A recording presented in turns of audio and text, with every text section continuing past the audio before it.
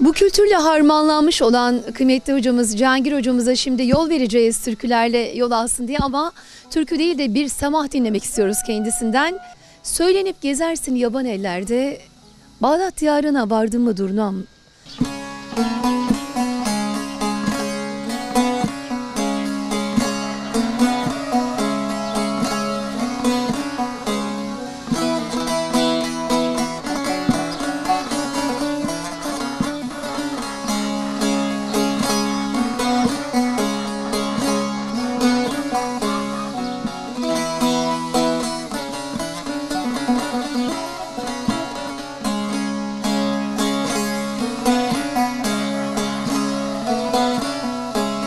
Söylenir gezersin de yaban ellerde, diyar ellerde.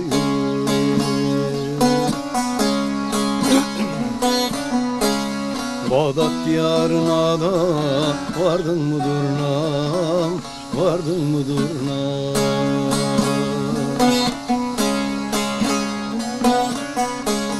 Medine şehrinde Fadime anayı efendim aldı turnayı.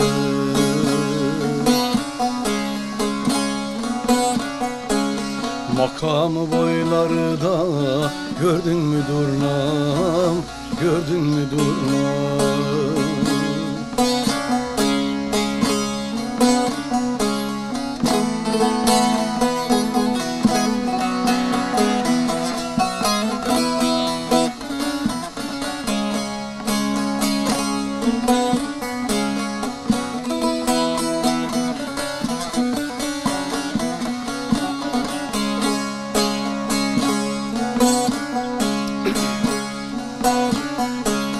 Medet dergahında gülüm var yar yar, efendim gülüm var yar yar.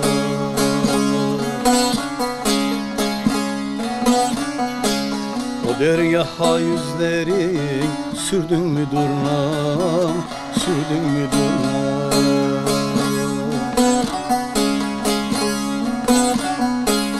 O dergaha yüzlerin sürdün mü durnam, sürdün mü durnam.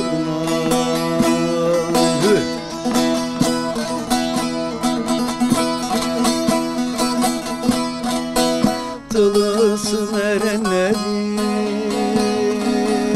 dostum elinden, kırklarınlarına vurdun mu durnam. Ah yar yar, ya dost dost, medet yar yarama.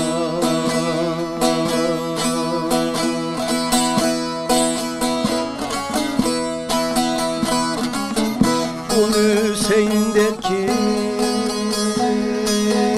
biz de varalım, varıp dergahına yüzlerde sürelim sürelim. Canları feda edip dostu görelim. Sen de bu sırlara erdin mi durnam. Ah yar yar, ya dost dost, medet yar yarama.